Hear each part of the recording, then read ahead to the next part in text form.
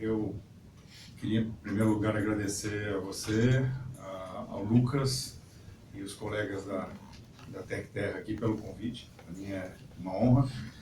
Fiquei um pouco surpreso, falei, eu não trabalho com esse negócio de barragem e tal, né, diretamente, mas aí depois conversando, falei, não, eu tenho algum trabalho que foi feito em coautoria, né, da época que eu ainda trabalhava lá como professor pesquisador na universidade no Mississippi, e que acho que possa, de repente, é interessante, né, o tema aqui. E eu acho que acho que tem uma abertura, eu concordo 100% com o que foi falado. A radar não é popular, tá? Mas o potencial de uso dele é enorme, tá? E ele foge um pouco a não popularidade dele tem alguns aspectos. O aspecto técnico ele é um pouco mais complicado de estar trabalhando, e o aspecto visual do produto como imagem, tá? Ele sempre deixou a desejar em termos de qualidade gráfica, da impressão visual com o produto óptico, ou então imagem multispectral. Eu confesso que eu nunca tinha visto uma imagem de radar tão bacana quanto eu vi aqui do pessoal da Hashtag. Então eu acho que a tecnologia está aí, o radar não é uma coisa tão nova, mas está sempre sendo aperfeiçoado. Eu penei bastante quando eu comecei a trabalhar com radar a primeira vez, esse grupo aí do Mississippi, fui aprendendo as coisas aos poucos, bem na borda mesmo do Rio Mississippi. Então, falado um pouquinho sobre o que é o sistema LEV, tá? O projeto em si era um projeto do Department of Homeland Security, aquele mesmo que dá problema para liberar visto, tá? Por causa da questão de segurança deles. Então, o projeto era patrocinado por esse órgão aqui, tá? Eu vou falar um pouquinho sobre as anomalias nesse sistema LEV. Não sou técnico nisso aqui, não sou geólogo, não sou cientista de solo, né, pedólogo, mas um pouquinho aqui eu acabei aprendendo, tá? Um pouquinho da exploração dos dados sobre radar, tá? Esse sistema chamado UAV SAR, que era o nome impressionável, imaginei que fosse um radar aerotransportado por vante, por drone. É quase isso, mas é um avião grandão, tá? Mas era não tripulado. Depois aqui entra um pouquinho em detalhe no tipo de imageamento mesmo por radar. O que a gente não conseguiu fazer nesse projeto, e não faltou capacidade computacional para isso, faltou braço para trabalhar, era processar essas imagens desse sensor UAV SAR para ter interferometria, que é justamente medir o deslocamento, né, vertical e horizontal. Eu esqueço isso daqui. Vamos lá, os objetivos do projeto. Eu peço desculpa, o material está todo em inglês, talvez ajude, né, o pessoal, mas eu não tive tempo de preparar, eu também não teria a mesma riqueza em detalhe para fazer a tradução dele do que foi feito há um tempo atrás. Então, o objetivo do projeto era mapear, tentar usar uma outra tecnologia para fazer o mapeamento desse LEV, porque 5.000 quilômetros, o pessoal percorrendo isso aí algumas vezes por ano, para identificar no visual possíveis falhas, e quando fala falha, não é isso aqui o LEV já rompeu, tá? Falhas são, eles chamavam de crack, que são rachaduras mesmo. E o LEV, a maior parte do tempo, ele é coberto com grama. Tá? Eu acabei até aprendendo sobre grama lá com eles, né? Então você vai na época de frio, é uma grama perfeita que está lá, um tal de ryegrass, que eles plantam, bonita, linda, tá? E você vai na outra época, o tal do Bermuda grass. Então não fica sem grama, isso aí está sempre com grama, você não consegue ver o solo. Então a ideia era tentar uma outra tecnologia remota que permitisse conhecer possíveis falhas na estrutura do LEV antes da época de cheia de água. Né? Porque senão, numa situação dessa aqui, a gente tem em emergência. Tá? Vamos lá. Só para mostrar como é que é a estrutura do LEV, tem locais que ele está detalhado historicamente. Ele era basicamente um morrinho assim, feito até com saco de areia, com pedra, alguma coisa assim, para proteger a determinada fazenda ali. E ele foi ganhando, ao longo do tempo, Basicamente isso aqui é com solo local, ele foi ganhando corpo, tá? Então hoje o corpo de engenheiro do Exército cuida do leve, ele tem uma estrada que passa aqui em cima, tá? Mas assim, se você fizer perfurar e tentar entender o que ele tem aqui debaixo, ele tem solo trazido de jazidas ali próximo, tá? Não consegue fazer uma coisa muito longa, mas a variação, a maioria das vezes não está documentado isso daqui. Então são várias frentes aí de trabalho para tentar entender. Não é comparado com uma barragem nossa aqui, pelo menos a barragem você sabe, né? Não vou dizer que é mais fácil, mais difícil, mas tem documentado.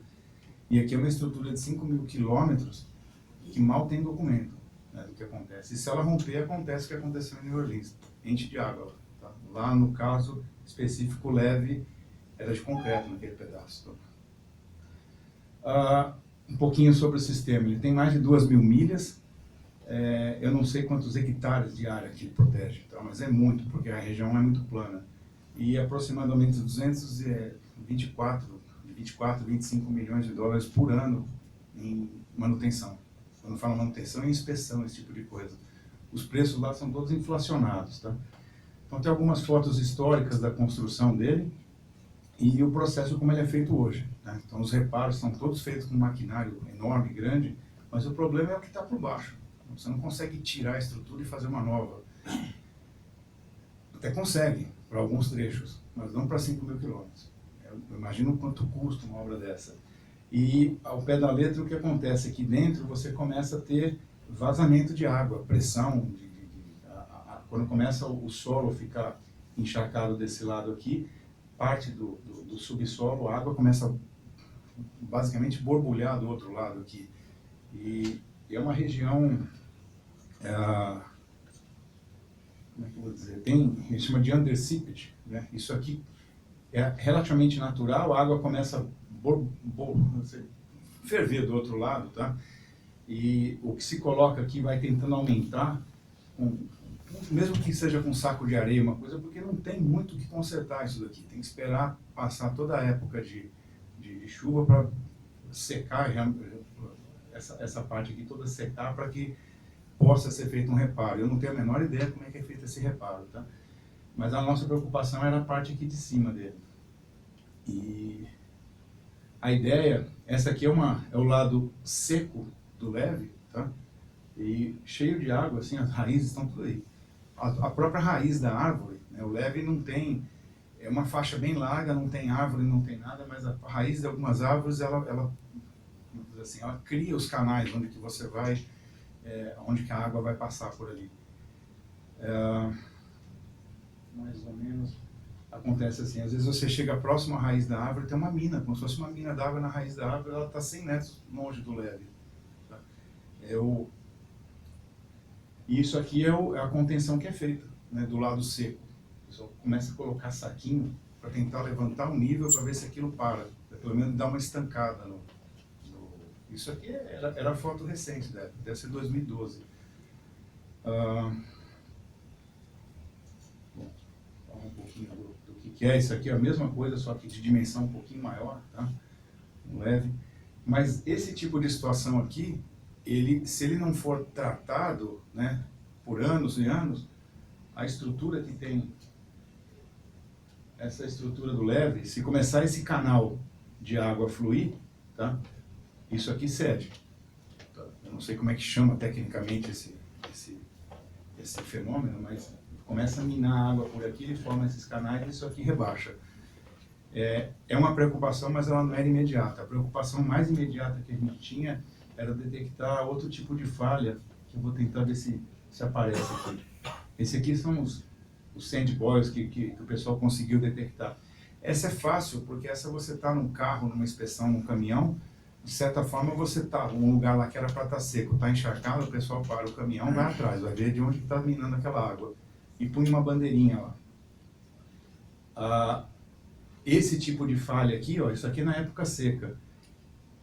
Parece que o solo está revirado, como se tivesse um monte de vaca mexido no terreno ali.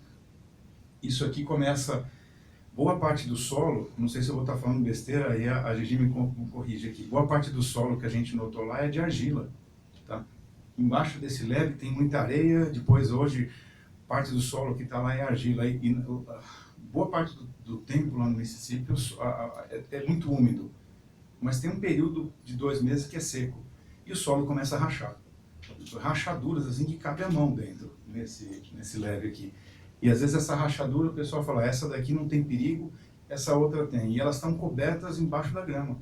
É difícil de ver, né? Então, o que a gente notava é que na estrutura do leve, que você está aqui em cima, era para ser desse jeito, ele começa a ter um abauluado, ele fica côncavo, né? Aí gera um indicativo. E essa inspeção lá em cima, por mais que você esteja num caminhão, no carro, correndo e olhando para isso, é difícil você ver isso. Você está olhando de lado para o terreno. Então é um pouco difícil de estar detectando esse tipo de situação. Aí a ideia de se trabalhar, isso aqui os relatórios que eles fazem, tá? Não sei se, para mim isso aqui foi uma novidade. Eu entrei nesse projeto, eu comecei a conhecer essas coisas com eles, até colocar a mão na massa com imagem de radar. A imagem normal, ótica, ela poderia revelar isso daqui, tá? Algumas coisas você consegue revelar, mas precisava penetrar na vegetação. A vegetação é rala, mas precisava penetrar na vegetação. Esse que foi o principal teste. Para vocês terem uma ideia da quantidade de slides, eles chamavam esse evento de slides, essas rachaduras que começam a abrir muito. O recorde ali foi em 1964, 1000 slides desse daqui. Você imagina, num ano você tem que fazer, não vou dizer 1000, mas vamos pegar metade disso, 500 reparos. São reparos caros de fazer. Esse é um pedaço, né, da estrutura principal do leve, saindo aqui da Louisiana, Golfo do México, e subindo, estado do Mississippi para cá, Louisiana, Arkansas, mas ele vai para cima ainda, tá? Mas o volume de água que tem lá para cima não é tão grande. Quando ele vai descendo, ele vai acumulando mais. Esse pedaço aqui é o pedaço mais crítico do rio. E, bom, o que foi usado, né? A gente usou imagem de radar, usou imagem óptica também para fazer toda a preparação, a logística, e algum levantamento de campo, que era a condutividade do solo. Tem um professor nosso lá, Paulo Aranha, que eu vejo ele com essas coisas o tempo todo, tá? Então, mas a única coisa que eu fiz aqui foi carregar anteninha para lá, para cá, mas eu não fazia análise disso. E onde a gente tinha trechos sadios, fazia medição, onde tinha trecho que não estava sadio, que sabia que tinha problema, começava a medir esse tipo de condutividade, essas coisas. E fazia, não sei se vocês conseguem ver, aqui a estradinha do leve, tá? Essas linhas que tem aí são linhas de condutividade do solo. E aqui a grama está entrando aqui, ó, está fazendo uma bola, tá? Não sei se vocês conseguem ver. Isso aqui é um pedaço do terreno que começou a ceder. Mas ele cedeu com grama, e você não enxerga, né? Você está enxergando porque está por cima a coisa aqui. E é esse tipo de situação que acontecia. Eu estou falando longe, perto, não sei se está difícil aí. E esse tipo de situação que aconteceu. O rio está lá embaixo, tá? Mas numa época de cheia, ele cobre todas essas árvores aqui. Tá? E essas árvores aqui têm 20 metros de altura, basicamente. Então é um volume de água muito, muito grande. O pessoal não pode sequer pensar em deixar isso aqui romper, porque vem uma quantidade enorme de água para dentro aqui. Esse daqui é um dos voos desse UAV SAR, né? Eles fizeram 2 faixas de voo. Essas faixas eram enormes, compridas. O que tem esse UAV SAR? Aí fizeram o voo, né, captando do lado direito, depois numa outra data captava do lado esquerdo. Não sei se vocês são familiarizados com isso, mas o radar, ao contrário da imagem óptica, ele não é a tomada não é nadir, a tomada é sempre de lado. Tá? Basicamente, assim, uma coisa bem básica, a imagem é formada pelo tempo de resposta, tá? Mais ou menos como tem o LiDAR, tá? Só que é o tempo de resposta, como é que eu vou tentar achar uma outra palavra aqui? Não é o LiDAR é um sensor laser, é um beam lá, laser que vai, bate e volta. Aqui não, aqui é uma onda, tá? de radar. Diga. A questão de aves pode danificar essas informações? De aves? ave? No caso que você tá voando com esse tipo de equipamento, uma ave passar assim, pode ter algum problema? Uma ave, creio que não. Várias aves, no caso. Não sei, nunca vi essa pergunta. Pode ser que sim, tá? Eu acho. E tinha muita ave nesse pedaço aí, o que mais tem é bicho nesse pedaço aqui. Pode ser que sim.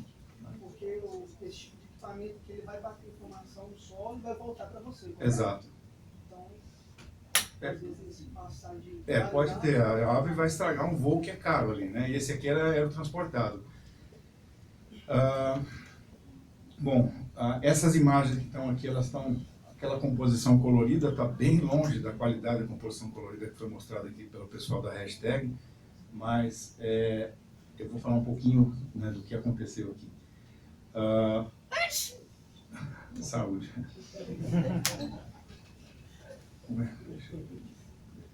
Esse daqui eu tive uma surpresa enorme, esse daqui é o Vant que eles usaram, tá? É um Learjet. Então, teoricamente não tinha piloto, não tinha nada, era um negócio remoto. Tinha uma equipe lá para operar a parte computacional do radar.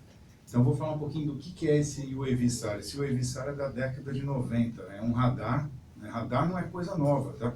É um radar desenvolvido na banda L, são basicamente 3 comprimentos de onda que o radar trabalha.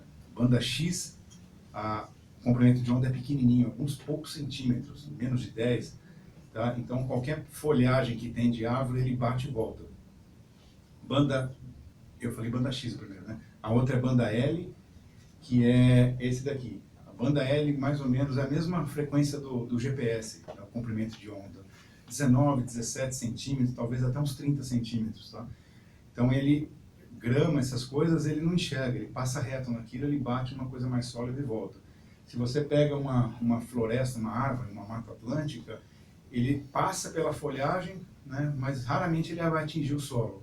Ele fica meio que se consome, é muita coisa, tá? E aí o radar também tem uma outra banda, se não me engano chama banda P, que o comprimento dela chega a 1 metro. A não ser que você tenha árvores com toras de 1 metro, ele basicamente atinge o solo e volta. E essa banda L, foi difícil encontrar artigos publicados, porque era tudo classificado. Classificado era, o dado, não existe publicação científica. A gente conseguiu algumas publicações da época da Guerra do Golfo, Tempestade no Deserto, sei lá como é que chamava aquilo, na época do Bush Pai. Desenvolveram esse sensor aqui para descobrir tanques e tropas e alguma coisa assim escondido na areia. Então, na areia seca ele penetra até 2 metros. Aí, poxa, será que na areia, que não é seca, ele vai penetrar 2 metros? Será que na argila ele penetra 2 metros? Não penetrou, tá? Na argila seca, talvez um pouquinho, a gente não conseguiu medir, mas era uma das hipóteses, a hipótese falhou, tá? A gente tentou aquela hipótese, mas ela falou, se o dique fosse todo feito de areia, ele penetraria. E se ela estivesse seca, se ela estivesse úmida, não penetrava. É por isso que tinha medida de condutividade, aquelas coisas. E aí eles abriram, depois de 20 anos, o sensor para uso civil, né? E aí já estava na mão da NASA. O sensor em si é só isso aqui, tá? O avião é um laboratório, tá lá, mas o sensor é só isso daqui. E a ideia foi, vamos tentar ver na parte ambiental. Então eles tinham outros experimentos ambientais nessa região do Mississippi e o que a gente tentou usar lá era para esse tipo de detecção. Depois tem um outro exemplo aqui, onde que ele foi usado para detecção de mancha de óleo no Golfo do México, em 2010, que foi na mesma época disso. Não sei se... bom, essas são cruas, né, as imagens, não as imagens brutas dele, tá? Já a imagem, assim, eles chamam de multi-look, tá? Eles pegaram... a imagem do radar, ela mais tem ruído do que outra coisa. Então, ruído... tentar interpretar aquilo ao olho é muito difícil. É como eu costumo falar, é como a pessoa te chama para ver o ultrassom do nenê e você não enxerga nada naquilo, tá? Nem quadrado, nem retangular a coisa é. A imagem radar tem isso. E essa daqui está tratada ainda, porque ela é tal do multilook, já tem muito do ruído filtrado.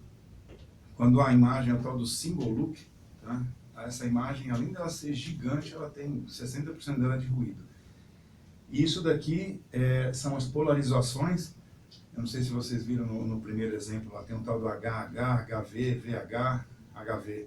Então, a forma que o sinal sai da antena, ele faz a onda dele na vertical, e ele também manda na vertical, na vertical e manda na horizontal.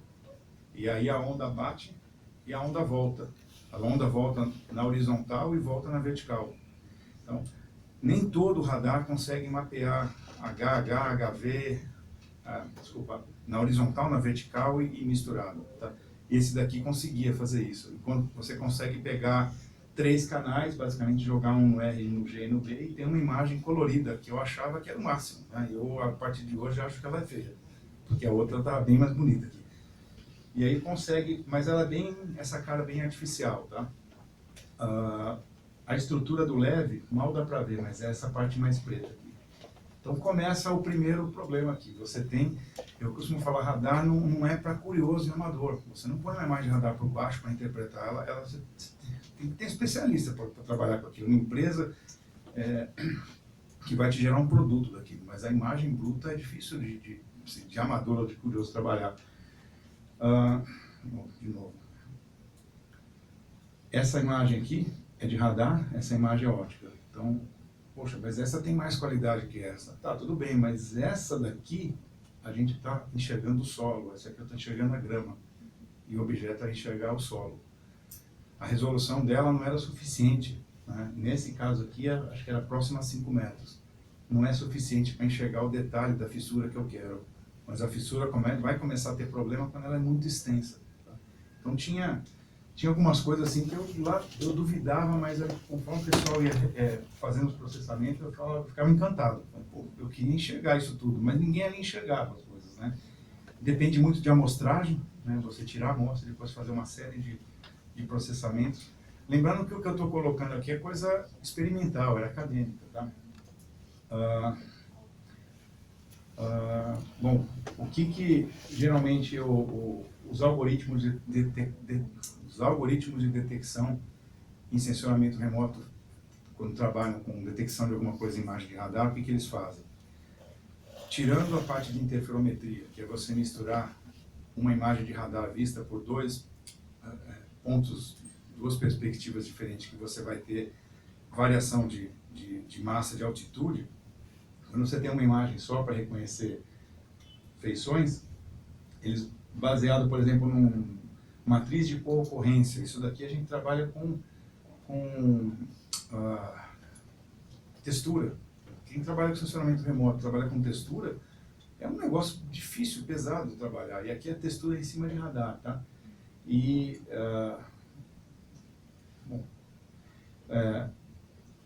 analisar a entropia, tá? Esse tipo de informação. O que a gente está querendo ver, medir a regularidade ou a irregularidade da imagem. E uma outra coisa, a imagem de radar, quando você baixa essa imagem, ela é medida em decibéis. Não é uma coisa, assim, o nível de cinza, da intensidade do valor que tem no pixel é em decibéis. Tem que jogar isso numa escala logarítmica. Quer dizer, os valores são tão pequenos que você precisa jogar numa escala logarítmica. Então você trabalha a sua imagem em decibéis. A gente está acostumado no sensoramento remoto a trabalhar em nível de radiância, esse tipo de coisa, e radar é decibéis, é como se fosse som, tá? O negócio é tão pequeno, ele é um outro mundo. Mesmo quem trabalha com sensoramento remoto, você acaba descobrindo um novo mundo.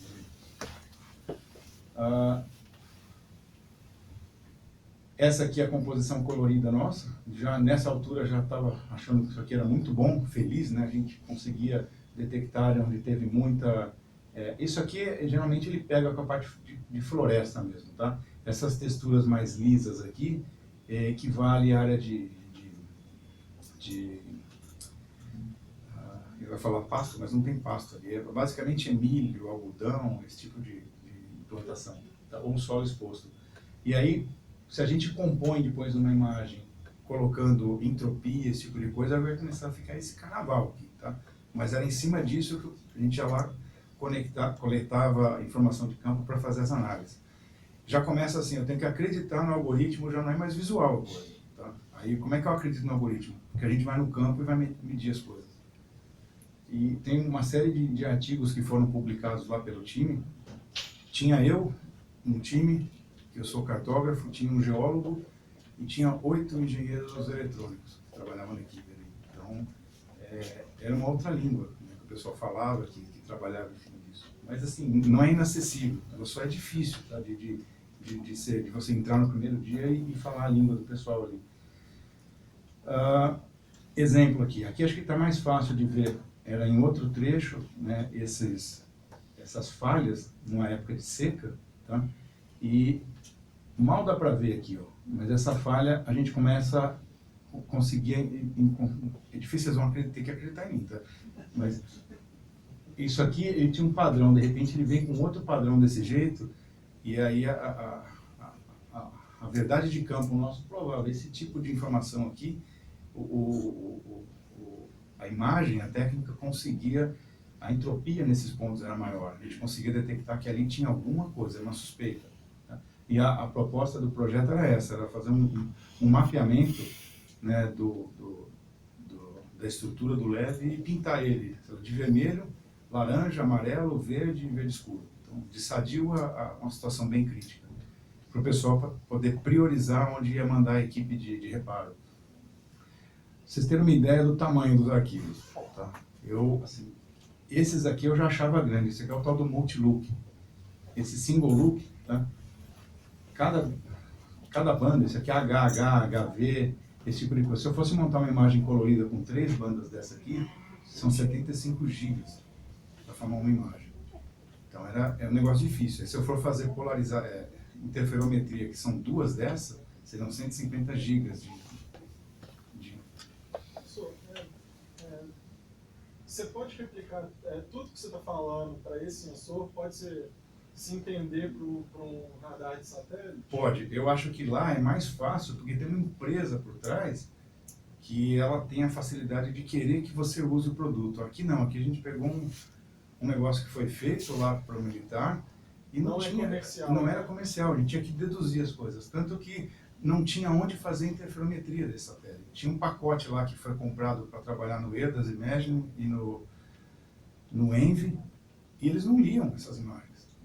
Não tinha que mudar toda a configuração. E para mudar, tinha que mudar 75 gigas, reprocessar, era um negócio difícil. Aí quando o plugin, de repente você tem um plugin lá no EDAS Imagine ou qualquer outro software que, olha, isso aqui já faz com dados do TerraSat, ou com qualquer outro satélite. Lançou o satélite, o pessoal já ajeita o plugin. Esse aqui é fora, não conversa com ninguém, tá? Mas deu para entender, a gente pegou o lado difícil da coisa aqui. Acho que é por isso que jogaram para a academia também tentar resolver. Isso aqui eu coloquei, pessoal, para vocês terem uma ideia do tamanho da coisa. Quando a gente recebe uma imagem radar, ela não é bonita, tal, mas você sabe que ela era mais feia do que aquilo. E gigante, tá? O pessoal fez um tratamento por trás daquilo.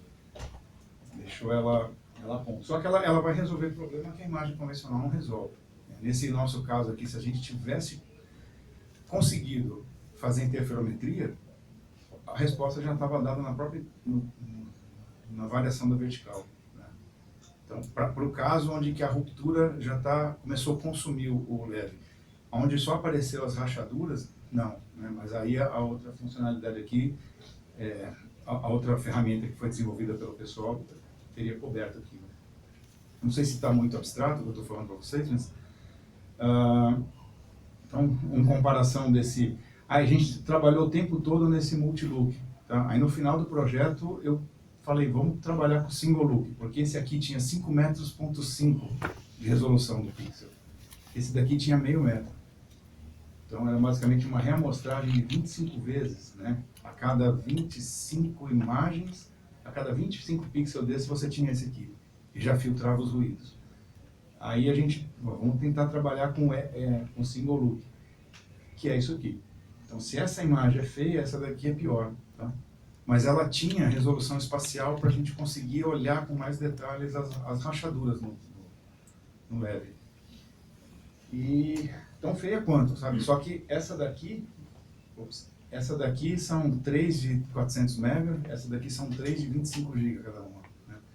Assim, para a cena toda, tá? Não só para esse pedacinho. E aí não existe como processar esse negócio. Eu tentei um software que na época tinha um professor lá da USP que desenvolveu, que não é dele, é desse Perona e Malik, uma referência mais antiga, chamado difusão anisotrópica. O que basicamente a difusão anisotrópica faz?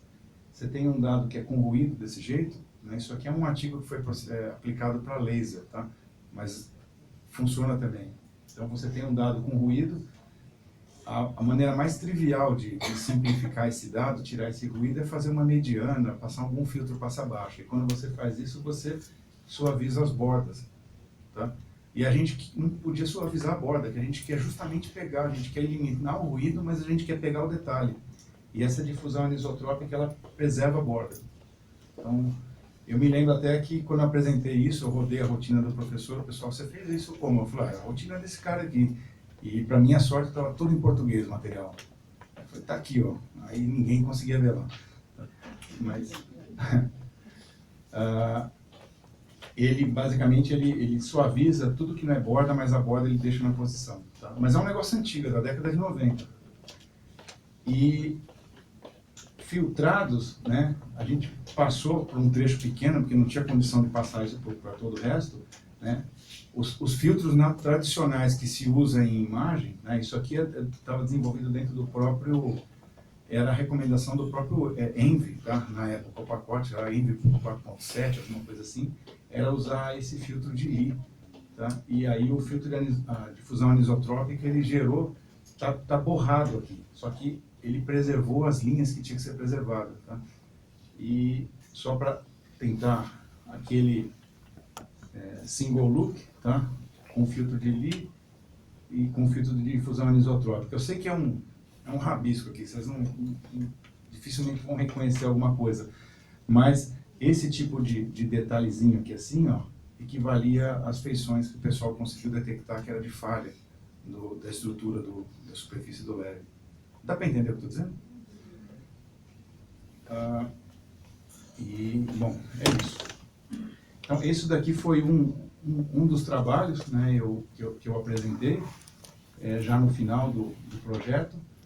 E tem mais duas coisinhas aqui que eu acho que complementa, porque eu falei, tem que falar bem do radar, tem que aproveitar a oportunidade para trazer à tona o radar. Não tô roubando os slides dele, mas não estou mais na Mississippi State.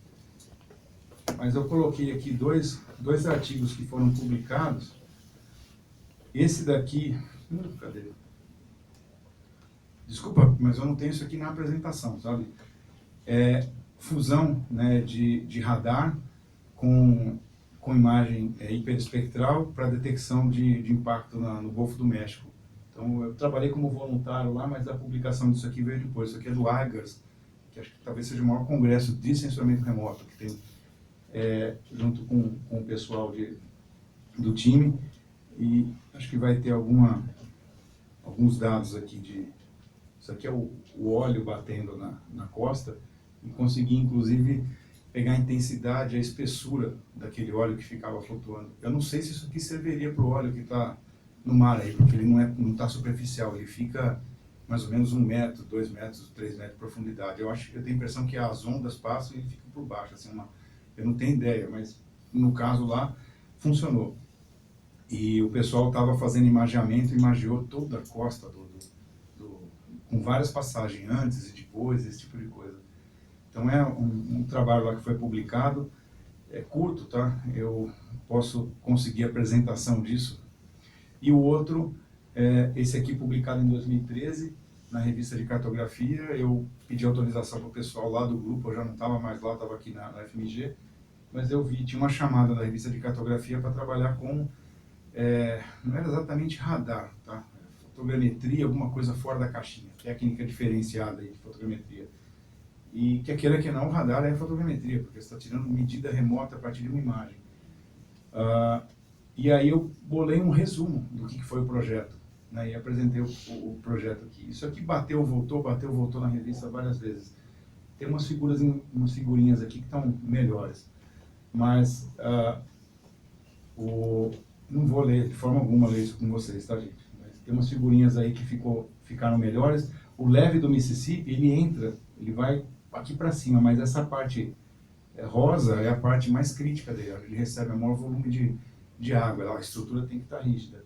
E é alguma coisa desse tipo aqui. Você tem a estrutura do leve, você tem uma área agrícola, e isso daqui fica claro quando você olha nas imagens, você vê é como se fosse um rio seco passando. Às vezes ele passa por baixo da própria estrutura do leve. Tem trechos aqui que você vê areia no meio do nada, como se aquilo lá fosse uma curva de rio no passado, que depois o rio, quando encheu, vai ficando toda a cicatriz da dança, né, que o rio faz ao longo do tempo. E deixa eu ver o que tem mais aqui. A estrutura do leve. Eu sei que desse projeto em si, tá, esse artigo ele demorou para ser publicado. Uma das coisas que eu ouvi de revisores eu ouvi não, eu li, né, porque a revisão é às cegas, é que bacana tal, mas não tem aplicação no Brasil, né? Aí 3 anos depois rompeu a barragem. Eu não vou dizer que isso daqui resolveria, mas provavelmente um radar mirando na barragem, alguma coisa assim, você consegue pegar alguma falha que não é visual. Monitoramento. Então eu nunca ouvi falar de monitoramento de barragem com radar. Pode ser que tenha, não é minha área, tá?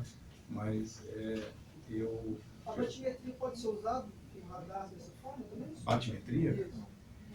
É outro, assim, a construção é a mesma, mas não é esse comprimento de onda nada. Aqui ele trabalha com micro-ondas, tá? A batimetria, eu não sei qual que é o comprimento de onda dela, eu acho que é ultrassom. O micro-ondas na água ele não volta, ele bate e não volta. Então, se tiver água limpa, água suja, alguma coisa assim, a água é como se fosse uma esponja para o radar, tá? Aí, o que a gente consegue pegar na água, às vezes é se está ventando e a superfície do rio ou do lago tem onda. E ele pega, não a água, ele pega a rugosidade da água. Aí, no caso, a batimetria é bem parecido com ultrassom de barriga de grávida. É ultrassom.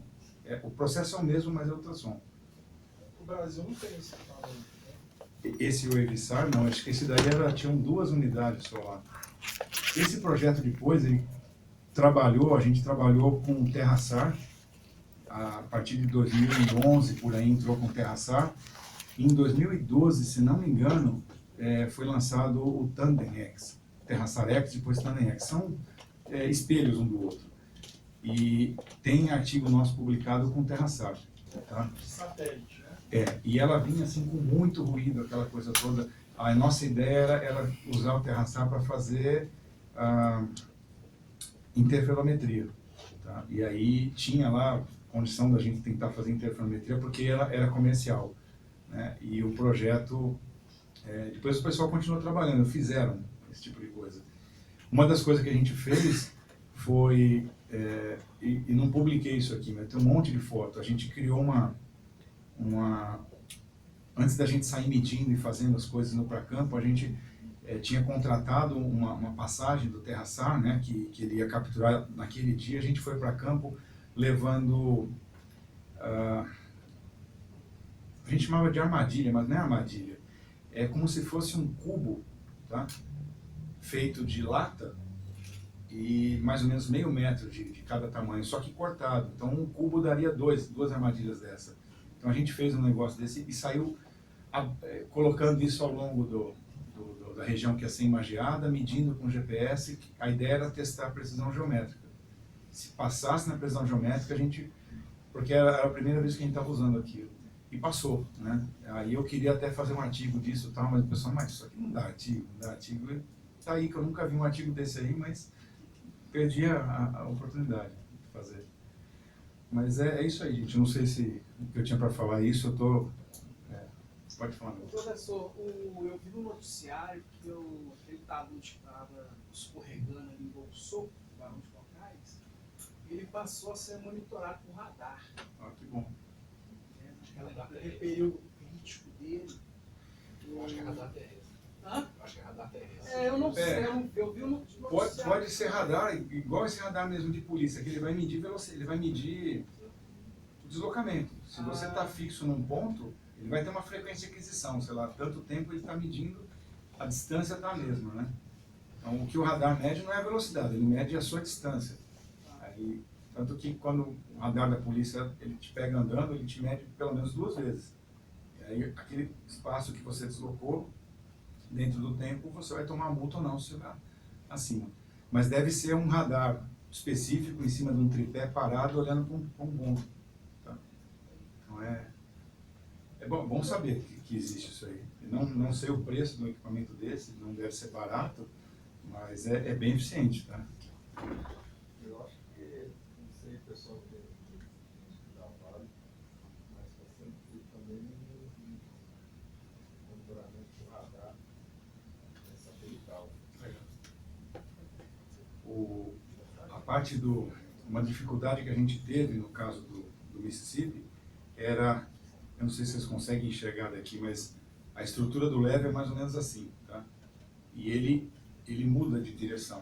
Então, ele tem, sei lá, 1 quilômetro assim, aí ele vira, faz mais 500 metros assim e volta.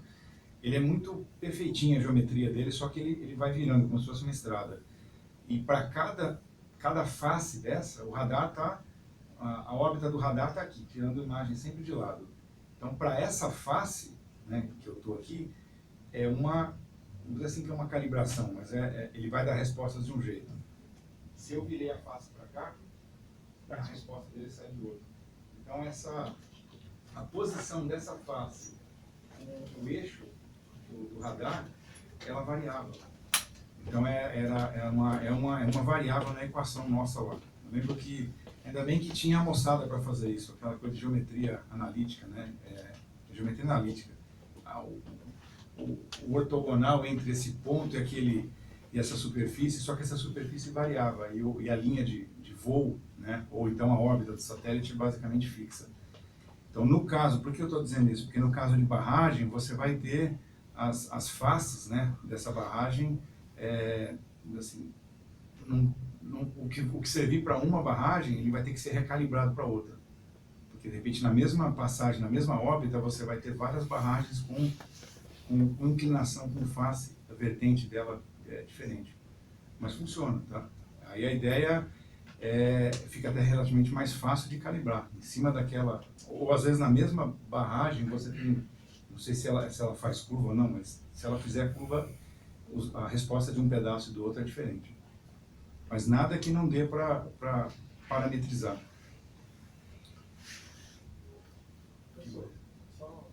E quando você trabalha com radar, pelo que você está falando, a gente está observando mais que tem a ver com a geometria, mesmo que seja textura ou geometria de features, né, do terreno. Não faz sentido a gente trabalhar com radar e classificação ou, por exemplo, assinatura de resposta, que no caso não é espectral. Né? Mas você tem assinatura de resposta que não é espectral, mas, por exemplo, entropia.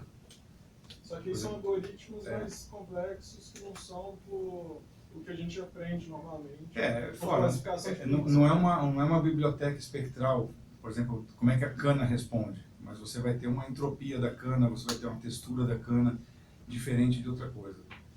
E além do que, dependendo do tipo de processamento que você tem, você consegue ter a altura da vegetação e você consegue ter, como é que eu vou dizer, uma estimativa de massa foliar, biomassa que você tem lá. Mas você consegue isso com LiDAR também, né? Com Sim. uma resolução melhor, às vezes, talvez, né? Pois é, consegue. O problema é comparar os dois, você vai ter que achar onde que o custo-benefício de um funciona em relação ao outro. Eu não sei, por exemplo, monitoramento de linha de transmissão. Se você pega uma região que tem cobertura de nuvem constante, né? Então, teoricamente, que não seja uma nuvem densa tal, o LiDAR consegue até medir aquilo ali. Não dá muito para confiar. Tá? Mas o radar, aquilo é transparente para ele. Então, depende de como fazer. Essa aplicação de radar que eu mostrei aqui, ele é aerotransportado. O que eu conheço de outra aplicação de aerotransportado, de radar aerotransportado, é do Exército. Um programa enorme que eles têm de mapeamento com banda P, que é aquela banda de 1 metro, e banda X. Eles têm os dois ao mesmo tempo. O banda X talvez nem justifique mais eles usarem aerotransportado, porque você tem vários satélites que fornecem banda X, mas a banda P não. E pelo que o pessoal conta, eu não sei, quanto maior o comprimento de onda do radar, maior a potência que ele tem que ter.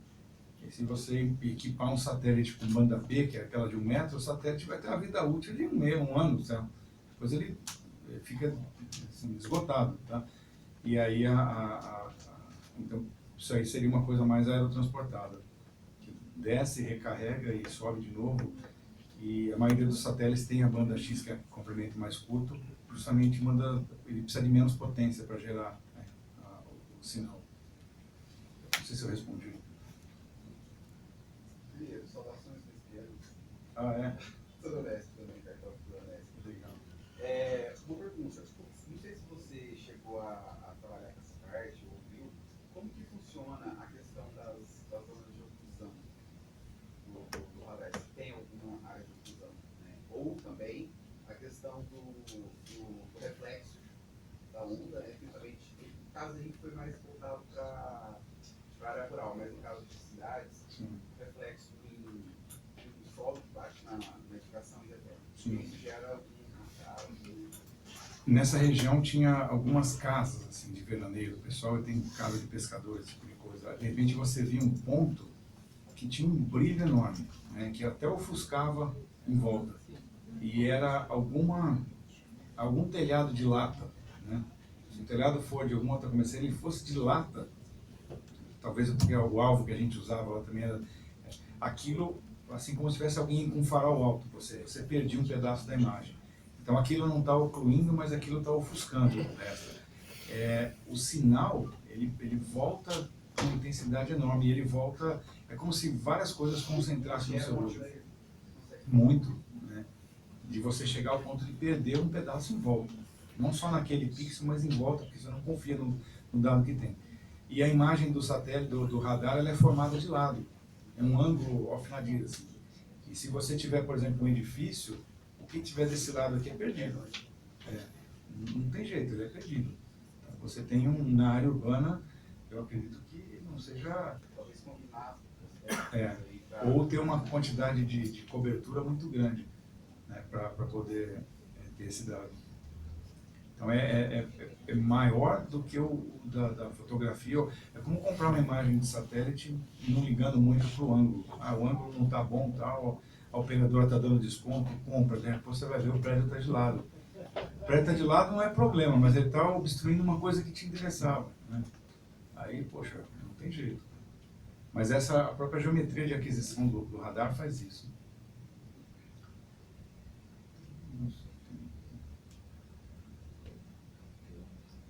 Joia. Obrigado.